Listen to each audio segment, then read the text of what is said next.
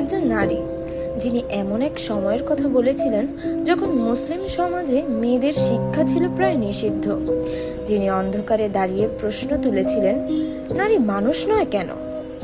আজ secret and secret তুলে ধরছে বেগম রোকেয়া সাখাওয়াত হোসেনের প্রকৃত অবস্থান তার নিজের লেখার আলোকে।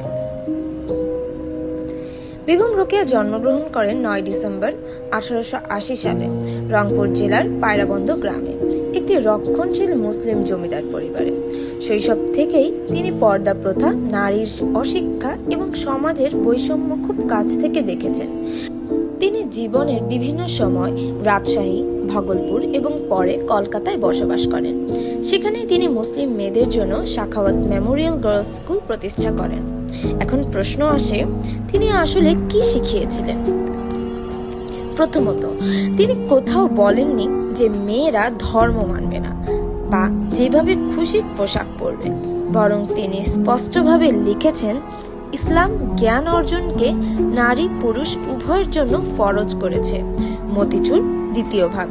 অর্থাৎ তিনি নারীর শিক্ষাকে ইসলামের ভেতর থেকেই বৈধ ও জরুরি বলে তুলে ধরেছেন।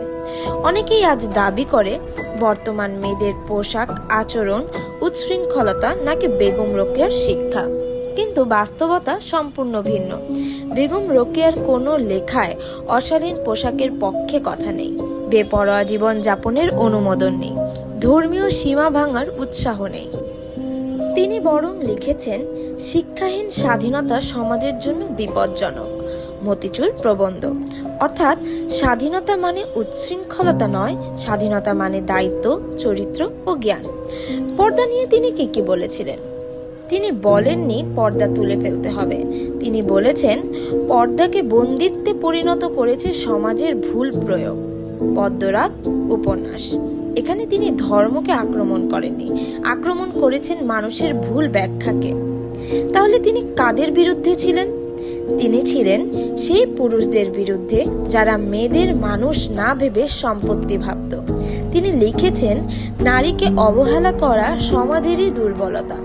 অধিকার প্রবন্ধ। এখানে তিনি পুরুষদের আচরণ সংশোধনের কথা বলেছেন, মেয়েদের সীমা ভাঙার কথা বলেননি। আজ মানুষ তাকে কেন ভুল বোঝে?